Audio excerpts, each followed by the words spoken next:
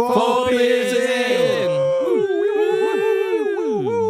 Hey, how we doing, everybody? So I'm doing the introduction this time because I have a very, very good friend of mine in. But welcome to 4Beerzin. I have Danny across from me right here. Hey, Dan. Hi, how you doing? And I've got Joe to the right of me right here. Hello. And we have the most fantasticest dude of all. We have the Savage. I know, because I had to say it. You said not to call you that, so I had to do it. But we got Mr. Sean Ravage, is what I'll say. Even though I know it's not your last name either, but I'm keeping that secret. How you doing? Right. Yeah, I'm doing all right. How are you guys? Thanks for having me on. Yeah, doing good. It's our pleasure, mate. Yeah, thanks for coming on board and coming in for a bit of a chat. So we're going to be talking about a couple of the things. Cool. So we're talking about co-parenting, aren't we, today? We are, yeah. So Sean's going to talk to us about co-parenting in the modern day. And that's not Modern age. That's not co-op. That's not co-op. Yeah, don't get Multiplayer, confused. Modern welfare, Call of Duty. None of that. So you think modern duty? I'm like co-op supermarket. Yeah, why are we talking about supermarkets in the UK? Call of Duty Modern Parenting, is that it? Careful, don't tell that Turkish silver medalist about that. The shooter? Yeah. How good's the shooter? Yeah. Yeah. Anyway, Not as good as the Memes last breakdancer. forever. Don't you know that? Memes last forever. Not as good as the Aussie breakdancer. When did breakdancing get into the Olympics? this Olympics. Yeah. When did Hercules and like the Greeks go? When did that come up then? It Well, wouldn't this is have the done. 59th Olympiad, so divide it by, times it by 4, that's how many years ago it is. Hercules modern is not age. doing breakdancing, is my point. So you take 240, roughly 240 years ago. Dan will have that number to you on the next episode. The exact number. yeah. Mine was a rough. So It's the 59th. Ask I might me have that now, wrong. What 59th point do Olympiad. you go, that's just for at home, or that's at a party, or that's like breakdancing isn't dancing? Let's be real for a minute. Oh, you're starting fires. Oh, he's already starting, isn't he? Yeah. Already starting. Do we have to apologise next episode? do we just erase the topic board All down? respect, and break- come to where we go? Yeah. So this we're talking about co-op dancing. Just co-op back to dancing. breakdancing, just quickly. That's for the street. That's where you balancing on your head and rolling around. Not an Olympic sport, but Can we go, while we're on this topic for a second, can we go around and say our best dance move? Our own Our own dance move. What's your best dance move? Go, Danny. Oh, probably the twirl.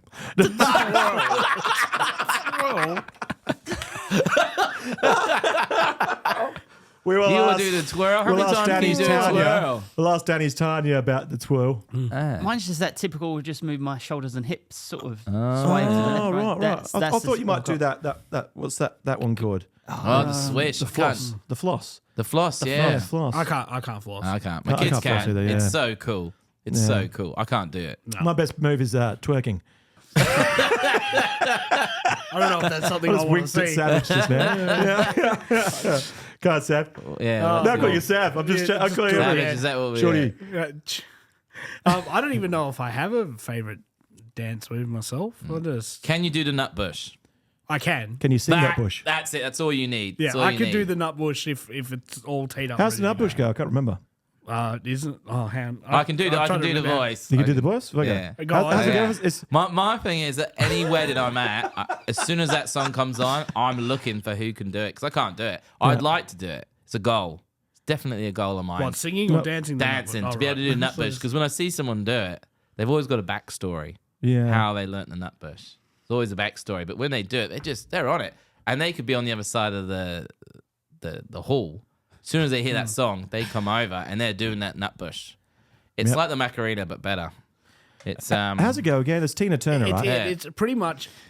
It's almost identical to the Hucklebuck. If you know how to do the Hucklebuck, you know how to do The Hucklebuck. No, haven't you heard the Hucklebuck? No. There's a song called "Do the Hucklebuck." It's an older song from like the 50s, 60s rock and roll era. Does it have the Like- same intro? Because that Same- intro brings you in. No, it's the same. No, the intro to Nutbush really gets people going. You know, That But is the it, actual eh? dance of the Hucklebuck. It's the same. Same I just love movement. it. We came in with a plan that we're going to talk about I was something. just gonna say, and it's We we've gone completely here. got off the gone rails. off. And then Tina goes, "No bullshit limits." I knew it was coming. I knew it was coming. All right, let's go back to topic then, all right? Yeah, back to what the episode's about. Yeah, that. So co-parenting. Go, Danny. Yes. No, Sean, You're going to my side. I am. Savage is going to talk about co. We didn't need a guest on this episode because we got Dan to talk about. Yeah. I thought you were going to ask a question. Talking Sorry. about nutburst. Sorry, mate. Okay, so a bit of backstory on a personal side of things. I got married at a young age of 24. Actually, no, it probably was was it 24? No, earlier than that. Sorry, it was about 23. Married at 23, and I had my son at 24 with his biological mother. Yeah. And then we were only together for a couple of more years, and I think we split up after that.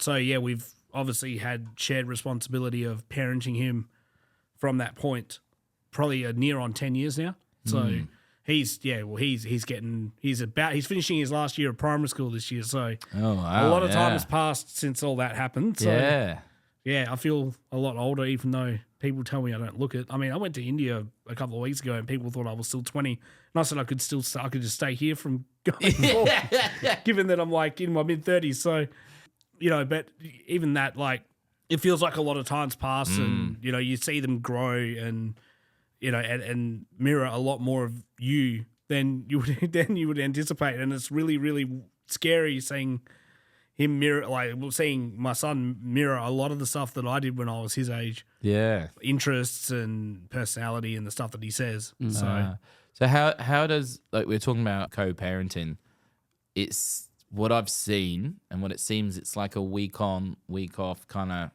roster system with mum and dad, where when I grew up, it was like dad's got you for the weekend. You might have a midweek. Yeah, that's exactly midweek. That's actually exactly how and that's mine goes. obviously come a long way. Yeah, Some people have it since the differently. 80s and 90s, but Some people have it differently. There are people that I know that have week on, week off. There are people that sometimes don't even get that. There are, and even then, there is other situations where I've got a particular friend who has his daughter as a primary care, and the mother's on the other side of it because of situations that pertains to that. So it's really based on a situational thing. Me, it wasn't so much that. It was just more when the split happened, he was so young and he had an older brother that wasn't mine and from a previous relationship of hers. And from that point, it was more making sure that their relationship was intact. yeah. So I kind of had to take, in a roundabout way, a sacrificial bullet in a way to, I didn't want to pull him too much away from his older brother. Yeah. To make sure they still got to grow up together and go to school together and do all that sort of thing. But yeah, I even now I still have him every weekend, every one weekend, and then the opposite week I have him during the week, and then so I get weekend on, weekend off kind of thing at the moment. And it was rough early going, like in terms of decision making and all that, as it can be, because one parent wants one thing and one parent wants another. As he gets older, you start to sort of come to terms a bit more on wanting the same thing. Yeah. And he'd have more of a say as he gets older. Yeah. And more understanding of what's going on. I suppose for anyone out there who is co-parenting, is there any tips on those decisions? Like you're saying, you want one thing, but the other parent wants another thing. How do you kind of... You try to find a happy medium. It doesn't always work out either way. You try to find out a happy medium, and at the end of the day, the main thing you've got to remember is, what does the child want? It's not about whether I want something or whether she or he wants something or whatever, depending if it's a mother to the father type thing. It's more, you got to remember what the child wants. Sometimes that can be construed. There could be grey areas and that sort of thing between what the mother could say one thing, the father could say one thing, and manipulate things a bit. But at the end of the day, if the child say he or she wants a certain thing, then that's when you as parents have got to come together and work for that and make sure that, right, we're putting he or she first, and that's the most important thing. Because if you're not doing that, then you're doing that. You're just going to upset the child more. You're doing he or she a disservice. They're not going to want to be around anyone. You're not going to look forward to spending time with anyone. And then so that's basically it. You just got to make sure that you look out for their interests and make sure that they have the happy childhood first. Because whether you were together or whether you weren't, that's the goal. You've always got to make sure you do that. Because that's how I look at that. Like, if you are co-parenting, that the other parent is going to be in your life for forever. Yeah. Because if your child's going to be in your life forever, then they're going to be. So you have to get on or have that respect, because your child's going to see that as well. Mm-hmm. How'd you go with Christmas and big Christmases and stuff like that? So Christmas, we alternate every year. So 1 year I'll have him from, I think we worked out that 1 year, let's say it's my year for Christmas, for example, I'll have him from Christmas Eve afternoon. He'll sleep over, wake up the next day, open all his presents and everything, and then have Christmas, lunch in the morning till about 2 in the afternoon. 2 in the afternoon, his mother will come get him, take him back home to have Christmas night with them, and then Boxing Day and so forth. Then we work out school holidays and all that, because they've got that extended period of school holidays over Christmas. Yeah. So we work out something between us at that point. Usually the person who has Christmas usually has him New Year's Eve as well. Oh, okay. So there's a plan. It sounds like there's a parenting plan in place, which yeah. is generally, in most cases, I know the Australian government system typically requires you to have a parenting plan put in place. Whether it's certified or not, it's up to the court, but you can go to family services and have a parenting plan put in place. And if you're both civil enough to stick to that, then usually there's no issues. So, and for the most part, we usually haven't had any issues with it, myself and his mother. So, yeah, because I grew up like Boxing Day was that's when like I do one Christmas, say with mum, and then the following Christmas with, say, dad. Mm-hmm. So Boxing Day was always the other parents' Christmas. Yeah. And that's how I was brought up. It's like going to watch The Perfect Glory when they used to have a Boxing Day. You'd see the dads come in with their kids. And for my mindset was just like, dad's turn to have them. Yeah. Like that's how I looked at it, where other people probably just thought, it's just a kid going to his dad to the game. But I always looked at it like, well, dad's got him, like that's what they're doing. But that's how I always saw Boxing Day. I guess the biggest challenge with that, and which I'm super supportive that I've got the family on my side backing with my wife now and my mum and stuff. The biggest challenge I find with all of it, with the Christmas split, is how everyone else is going to split their time around that. So if we've got him Christmas afternoon, okay, so when do the rest of the family do their Christmas morning and everything else, or do we wait till lunchtime when the child rocks up and that kind of thing? And that's usually the only real major challenge. But I mean, I've managed to handle it pretty well for the last near on 10 years now. So I mean, we've got a rhythm that sort of works. It's working well. I'm always like, Christmas Day, I don't want to go anywhere. I just want to stay where I am. Where I know people who will travel to multiple places, and it is at the end of the day to ensure people don't get upset. Because who wants to be driving on Christmas Day? If you got to drive, you got to drive. Yeah. But that's why I always thought Boxing Day was that opportunity. If I can't see you Christmas, see you Boxing Day. Yeah. But everyone has their way, and everyone has their families, or everyone has whatever works for them. I've got a question. If I'll be here at this point. So, if you could, sometimes someone might be going through a bit of a bad spot now, and it might be leading towards possibly co-parenting or something like that. Is there anything you wish you knew before the co-parenting scenario happened? Is there some tips that you could sort of give for a co-parenting scenario that you wish you knew? Make sure you have some sort of understanding. I guess everyone's situation's different. It's different because, like if you get into a situation where you have a child, like I did, where you have a child with the other parent, but then they've got a child from a previous thing, you've got to take that into account as well, because it also impacts their life as much as, a lot of people that I've spoken to in the past and past jobs and colleagues and stuff that I've worked with, they've all turned around and gone, well, the other child's not your kid, or, kind of thing like that. That's the attitude they take with it. But if you look at the grander picture, it's like I grew up myself with one biological brother he had a mental disability, and I've got older brothers and sisters who are much older than me, but they never had really much of the time for me. Yeah. Because they had their own lives. Like we all shared the same dad, but they had their own lives. They all, one's 10 years older than me, one's like 14 years old. The oldest one's 14 years older than me, and we don't have the greatest of relationship. That's mainly an attitude thing, but neither here nor there. Yeah. But there's so many instances where I wish the relationships between myself and them could have been a lot better, but they weren't. So if I have the ability to take what I've learned from that and apply it for future generation, and explain to my son, look, I'll do whatever I can to make sure that your relationship with your brother's not impacted. Yeah. Yeah. That's the most important thing, because, your siblings are important You don't want to throw that away on the account of me or somebody else. So it's interesting because I do see that. So when, say, your son would come over, would his brother come over with you? No. Because I've seen that because they're brothers, like you were saying. You know, I have seen that recently and how that would work. But I've got my own view on that, but I'm not in that situation. So, however, there was a time period for a while, say a few years. There was a time period where I would actually, every Tuesday night, I would actually drive up to where they live because it was a bit of a distance. I would drive up to where they live and I would take my son and his older brother out to dinner to McDonald's. I'll just that's take what them I out. mean. Yeah. And it'd be just one night a week and I would take them out and I would, we'd sit down, we'd eat together, they'd play on the playground or we'd watch funny YouTube videos or something on my phone or whatever, just something bonding session. Yeah. And then I'll get them home by 7:30 so that it was respectable for them to be able to, shower, go to sleep, all that, get ready for school or daycare if it was my son's, at the time he was that young.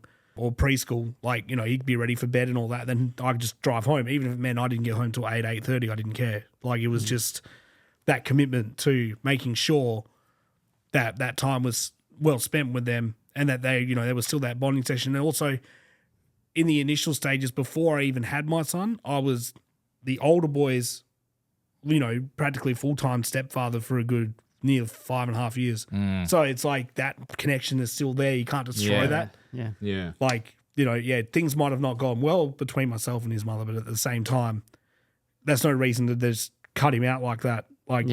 Sure, he's got his own biological father that he has a relationship with, but that doesn't warrant that. I remember, as a kid, we had this cool uncle. He was great. Best guy ever, right? And then, we never saw him again. And as kids, we just didn't understand it. We was like, well, where's I can't even remember what his name was. He wasn't that great. He wasn't that great. Uncle Bruce. Wasn't that great. He made a good cheese and toasty, though. Now he's Uncle Tanya. Where is it? Uncle Tanya. Could be. But, and then, obviously, they was just, in a relationship. It was, my aunt was my dad's sister. Yeah. He was just the guy that she was dating. But, for a few years, it was uncle. Again, I can't remember his name. He obviously got involved in everything, in a good way. He and got it just was then engaged. gone. Yeah. And that was it. The person's just out. And I remember us thinking, well, that's a bit crap, a bit shitty as a kid. So Did you ask your auntie? Did you ever go, where's I Uncle prefer Bob? him. Wait, Uncle Bob. Yeah, but the new guy came along. You're like, yeah, you're kind of cool, but Yeah. Where's the other guy? Yeah. Where's Bruce gone? But do you get savage where, if your son says, "Oh, Mum lets me watch Stranger Things," you don't? Do you ever get? That's obviously not a real thing. I was currently encountering that recently. Yeah. Actually, now that you bring that up, How does that work? This is the other difficult thing because at certain points I have to still enforce. If there's certain rules that I think need to be enforced, I'll still stick to them under our roof and say, look, what your mum does under her roof is not my control. That's a good way to look at it. But what happens under here, I have to monitor it. But if it gets to a certain point, for example, I'll give you a good example, right? Me and my son play a lot of video games. Both of us love video games. It's one of our biggest bonding things that we do. What you're playing at the moment? Both of us are playing. People are probably going to laugh at this, but we're currently playing EA/FC 24 at the moment. So the FIFA game. They don't call it FIFA anymore because they've lost the license, but it's practically the football game. Yeah, a bit of banter in that. Yeah, so we've been, he's sending me messages. He said because there's an Xbox app that we play on. Xbox actually have Xboxes. Yeah. So he'll message me on the Xbox app saying, "Oh, I pulled this card, I pulled this player, or whatever," and I'll send him one back. I pulled this, and That's we cool. talk to each other. But I've said to him previously, because of his age, I don't want you playing things like Call of Duty, Grand Theft Auto, all those games, right? Or Mortal Kombat. Great games. All the good ones, ladies and It's gentlemen. not age appropriate in case they're listening. Right. Yeah, and you should. You shouldn't be listening to this show either. Yeah. Just in case. The big one was the newest Mortal Kombat. Now I turned around and said, because as much as I love Mortal Kombat and I studied the lore of it as a closet nerd. Are you we're not in the 90s now? You just can't So exactly. Not 90s where everything was photo finish and everything, and then you uppercut someone and then this little head just pops off, and then there's no Remember that person used to come on? Say sometimes Toasty. Yeah. What did you say? Toasty. Yeah, you used to say toasty. Yeah, I always thought it was whoopsies. Whoopsies. I always thought it was whoopsies. So I would. So you had trouble with the Mortal Kombat thing with Well, with yeah, well, a lot of those games, like it used to be. At first, it was Call of Duty, and then he'd come to me and be like, "Oh yeah, so me and my friends would play Call of Duty, and this is after videos. Mom has to come back." And I'd say, "Look, at first, I kind of put I did put the hard word, but I was kind of like, I did say I didn't want you to play it, but at the same time." My boss, which obviously I won't go into names and that, my boss in my full-time job, he's ex-army. And he'd been sending stuff home with me of old like swag bags, vest, hat. He'd sent home a knife, like his army knife, like proper Bowie knife or whatever, the one like a bayonet that straps on the end of a gun. But I keep that in a safe, like because I keep that away. I don't want him touching it. But if he wants to look at it, I'll bring it out and he can look at it. And he started studying history and all this. At his age, he's learning about, Hitler and all this and everything else, World War II and everything. I'm like, okay. I'm like, fine. So you're playing Call of Duty. It's kind of it can be kind of graphic at times, but you are studying a bit of war and stuff. So I'm kind of like, all right, this is where I'll draw the line there, right? Then he turns around to me and he's like, but I know, I think we were looking through something on his Xbox to try and fix something for him. And he's all like, we see that he's purchased Mortal Kombat XL. And I'm like, okay.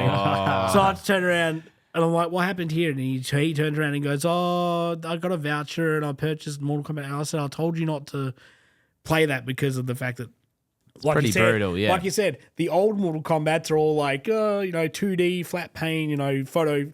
People have taken video of like photo capture and that. You could turn the blood off. Nowadays it's full 3D graphics and you see X-rays of people's ribs breaking and shattering and heads being ripped off and spines coming out and all this. And I said, son, like, I really wish you wouldn't. Yeah. I mean, you've done it now, but I really wish you wouldn't. Like, but under no circumstances, and this is where and I don't want to throw one under the bus, but I said, under no circumstances do I want to find out that you've been playing Grand Theft Auto, because that is the ultimate pinnacle. Like, with all the real world stuff. It's very too real, that it's game. It's literally a real life world simulator, right? Wait until the new one comes out. That's what you're saying. Yeah.